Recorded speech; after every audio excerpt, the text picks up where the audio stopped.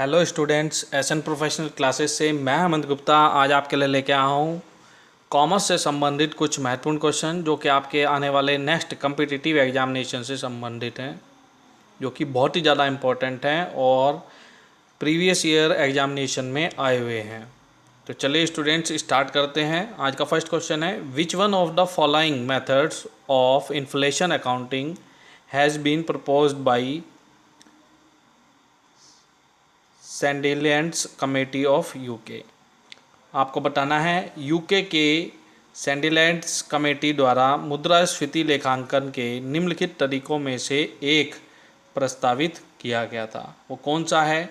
Option है general price level method, option 2 specific price level method, option 3 current cost accounting method या option number 4 generally accepted accounting policy.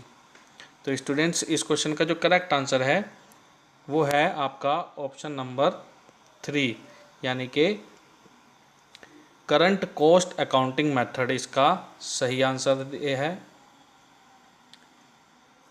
चलिए next question जानते हैं students. Next question क्या है? Next question है, which of the following is not a major aspect of digital marketing. निम्नलिखित में से कौन सा डिजिटल मार्केटिंग का प्रमुख पहलू नहीं है? हमारे से पूछा है कौन सा प्रमुख पहलू नहीं है। ऑप्शन है जुरिडिक्शन, ऑनरशिप, सिक्योरिटी या एंटरटेनमेंट। तो स्टूडेंट्स इस क्वेश्चन का जो करेक्ट आंसर है, डिजिटल मार्केटिंग का प्रमुख पहलू नहीं है एंटरटेनमेंट, इसका प्रमुख पहलू नहीं है। ऑप्शन नंबर 4 इसका करेक्ट आंसर होगा। स्टूडेंट्स यदि आप हमारे चैनल पर नए हैं और आपने चैनल को अब तक सब्सक्राइब नहीं किया तो चैनल को अभी सब्सक्राइब कर डालिए और सब्सक्राइब करने के बाद ऑल नोटिफिकेशन को ज़रूर ऑन कीजिए ताकि हमारे चैनल द्वारा जब भी वीडियो अपलोड किया जाए उसका नोटिफिकेशन सबसे पहले आपको प्राप्त हो। और स्टूडेंट्स वीडियो कैसा लगा कमेंट बॉक्स में कमेंट करके जरूर बताएं और साथ ही साथ इस वीडियो को अपने अन्य मित्रों के साथ भी जरूर शेयर करें ताकि वो भी इस वीडियो का बेनिफिट जरूर ले सकें। चलिए नेक्स्ट क्वेश्चन है students, which of the following are the examples of systematic risk indicate the correct code. निम्नलिखित में से कौन सा व्यवस्थित जोखिम के उदाहरण है? सही कोड बताइए। ऑप्शन दिए हैं elimination of government subsidy, option be increase in bank rate, labour problem या हाई लीवर्ड फंड। तो स्टूडेंट्स इस क्वेश्चन का जो करेक्ट आंसर है उसका कोड है ऑप्शन नंबर 3, इसका सही आंसर है। निम्नलिखित में से कौन क्वेश्चन था, निम्नलिखित में से कौन सा व्यवस्थित जोखिम के उदाहरण है? सही कोड इंगित कीजिए। तो elimination of government subsidy and increase in bank rate, ये दोनों के दोनों सिस्टमैटिक रिस्क के एग्जांपल्स हैं। चलिए नेक्स्ट क्वेश्चन जानते हैं। नेक्स्ट क्वेश्चन है, RWA with regard to capital adequacy stands for which one of the following। हमारे से पूंजी पर्याप्तता के संबंध में RWA की फुल फॉर्म के बारे में पूछा गया। RWA जो टर्म है उसका पूर्ण रूप क्या है? ऑप्शन दिए हैं risk withdrawal adjustment, option 2 risk withdrawal arrangements, option 3 risk weighted asset या option 4 risk free weighted assets. तो स्टूडेंट्स इस क्वेश्चन का जो करेक्ट आंसर है वो है risk weighted asset, option number 3 इसका करेक्ट आंसर है। RWA की फुल फॉर्म क्या है? RWA की फुल फॉर्म है रिस्क वेटेड एसेट्स। चलिए नेक्स्ट क्वेश्चन जानते हैं। नेक्स्ट क्वेश्चन पूछा गया था, विच of the following are the forms of e banking, select the correct code.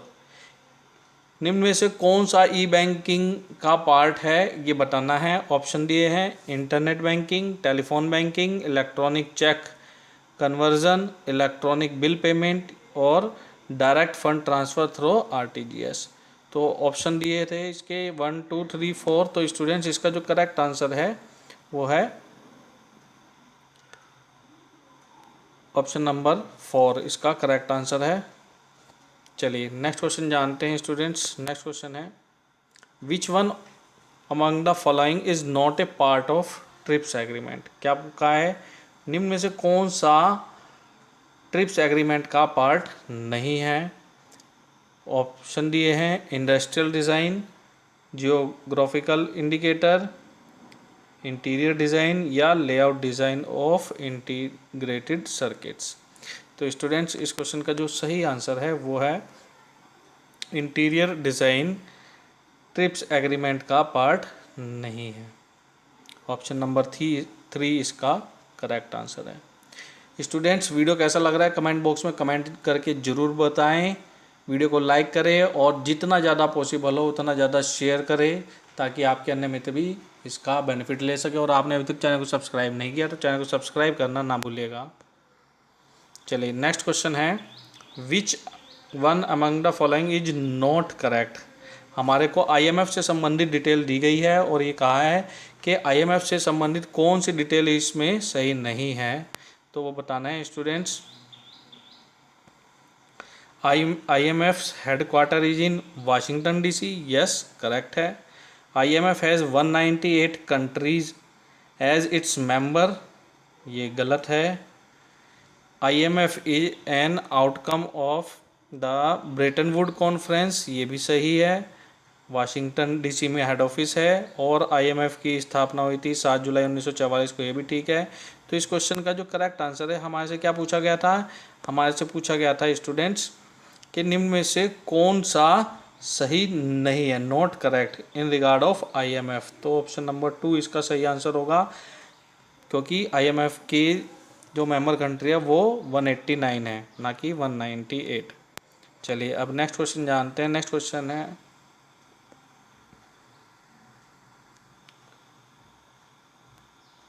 Bethelmene of the USA was the pioneer of which one of the following laboratory training method of employee training।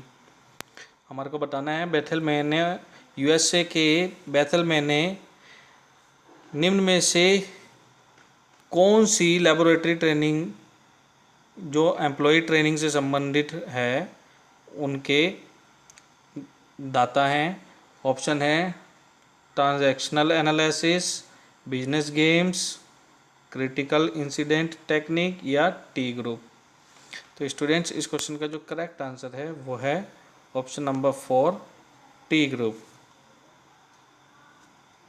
चलिए next question जानते हैं students. Next question है, according to which one of the following theories difference in nominal interest rate will be eliminated in the exchange rate. हम option दिए हैं 1, 2, 3 and 4। तो students इस question का जो करेक्ट आंसर है वो है option number 2।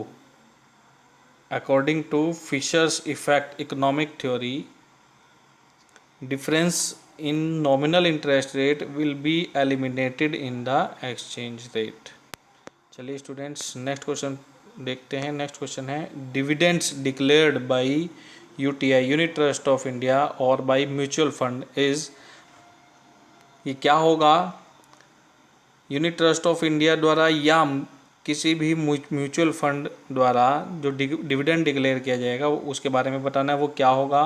Fully exempt in the hands of unit holder, या fully taxable in the hands of unit holder, या fully exempt in the hands of individual unit holder and fully taxable in the hands of institutional unit holder, या included in the gross total income but a deduction is allowed under section 80L।